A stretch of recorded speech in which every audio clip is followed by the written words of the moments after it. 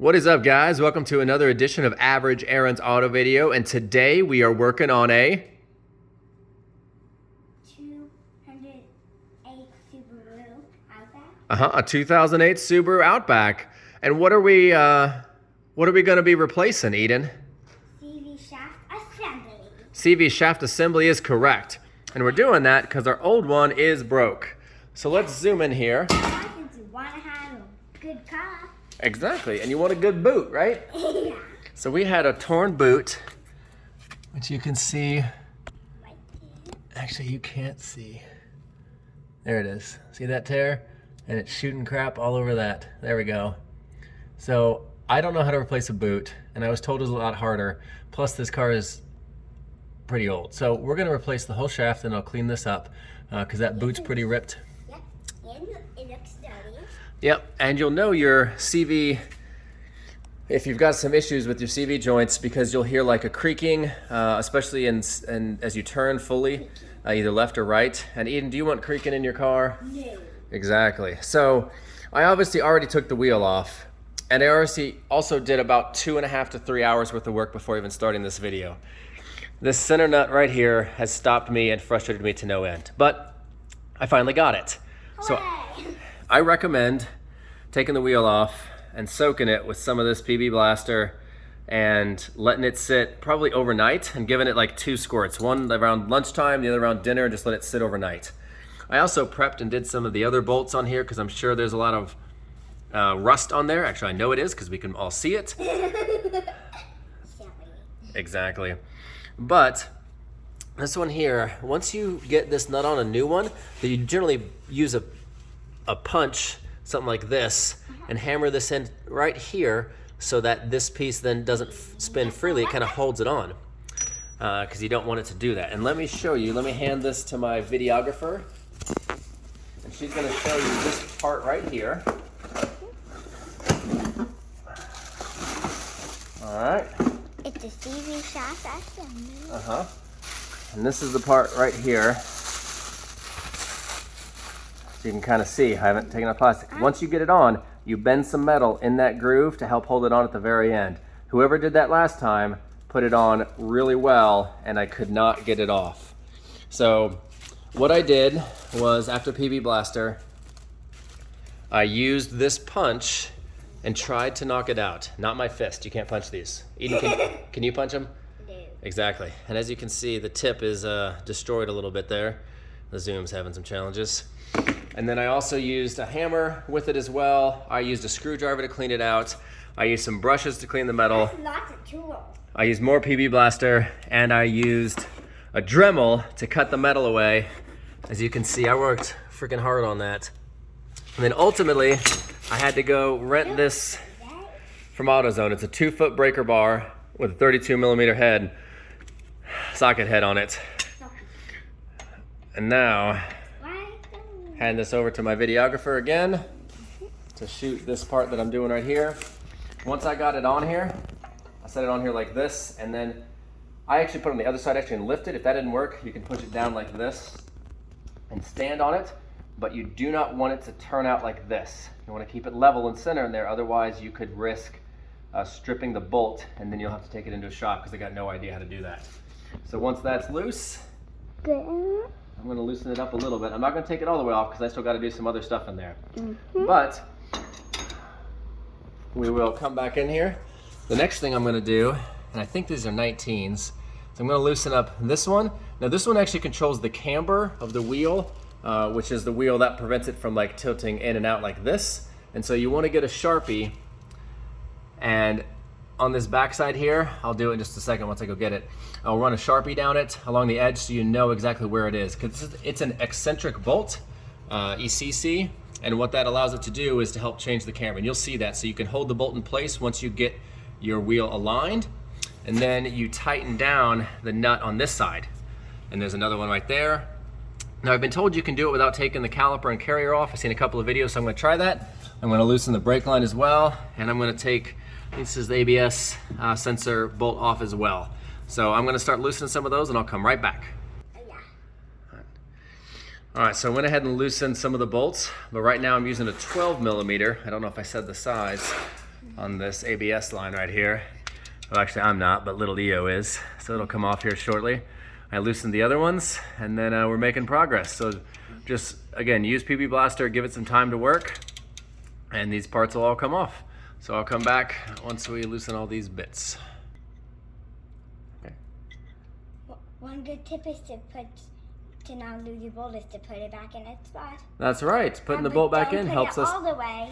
Yep, just tighten it. Give it a little more. Tuck it in a little more. Like that? Uh-huh, perfect. Now we won't lose it. Thanks, little Leo. All right, while I was taking out the 12mm on this side for the brake line, it snapped off in there, which means you need a screw extraction kit. So I just happened to be fortunate enough to use one of these the other day. I'm gonna start with this size, and you always start with this tip on this side to do a little bit of drilling. And I actually have a metal drill. I may actually start it with something different, we'll see. And then you extract it with this one. Keep in mind your drill is in reverse when you do this. Let me see if I can get it started. All right, I'm gonna try to get this out this way.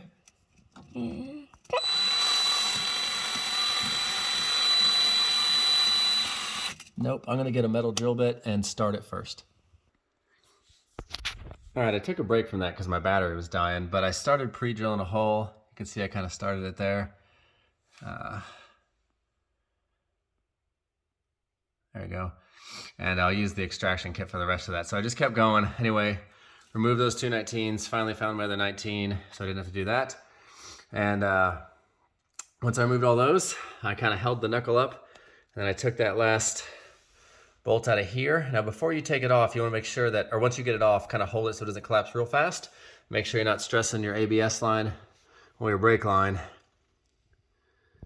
And then I kind of had to push it through a little bit. It took a little bit of work and to wiggle it out to here, but you just kind of have to finagle it until you get it. And then you'll end up with something like this, which is a good sign. All right, so I crawled underneath here to get the back part of this axle out. And the nice thing is you just need a little pry bar to get behind this. Just push it in here, and I already popped it off. Oops. Push it right in there. Now, I've got a catch pan here in case I lose any fluid of any kind. It won't be transmission fluid, but some of your gear fluid or whatever. So just pull it out, and then I'm gonna go to an exterior view and just pull this thing out, but you wanna do it gently so you don't mess up the grooves inside. Go. Okay. All right, so what I've got here is this boot, which as you can see is torn, and it got a bunch of crap in there. So I lost all the fluid that was inside here, all this grease. But this piece is what kind of articulates and helps your vehicle turn. All right, I had to pause because my son came in asking for some help. But so this is torn. If you can replace a boot, do it. It'd probably be a little cheaper, but everything else on here looks fine. I don't know if anybody would even buy this. But anyway, that's what this looks like underneath in there. See the grooves. So I'm gonna get my new part and install it. Actually, I thought I'd show you guys a shot of where that goes in there. And you can see all that grime in there. I'm gonna get some towels and clean that up too. All right, it looks a lot better. Now I'm gonna insert the new piece, but I'm gonna come out here. It has this little rubber gasket around the outside on it here. Don't lose that. And just insert that right in there. All right, so I got the new one slid in there. Kind of see, I'll go underneath here so you can see. Still a little bit of a gap, and I cannot push that in, so what we have to do is get somebody to help me hold it and then very softly hit the end in. So as you'll see, I've left the head on this to protect the threads until I'm ready to push it through there. And just be careful you don't scrape the boot on anything or thrash it on something. Just take your time. So I'll be right back once I get somebody to help hold it. I'm probably gonna put a piece of wood on the end of this and then hammer it in. Or if you've got like a rubber mallet or something, you can use that as well too. But just make sure you don't want to bend the metal, this top piece here. All right, my apologies on skipping that steps here, but I got frustrated and couldn't get it in the bracketing in the back. So you have to spin this right here, right past the boot, that piece, and it only goes in, but it leaves you this much of a gap. To get the rest of the gap, you straighten this up straighten the axle up. And what I did, you can either use a rubber mallet, or I used a block of wood. I put it on the end, and then I hit it with a hammer until it went in there. I actually had some help, so I held the axle while somebody else hit the hammer. But to do that, this right here, I kept this on there, but I had it, of course it's not gonna let me do it now, but I had this metal down below the lip, so when I used the wood, it didn't damage this metal that I will eventually bend into this groove here. I was able to seat that. Now, what I did was I ran it underneath the brake line this way to the back, is how I got it in back there.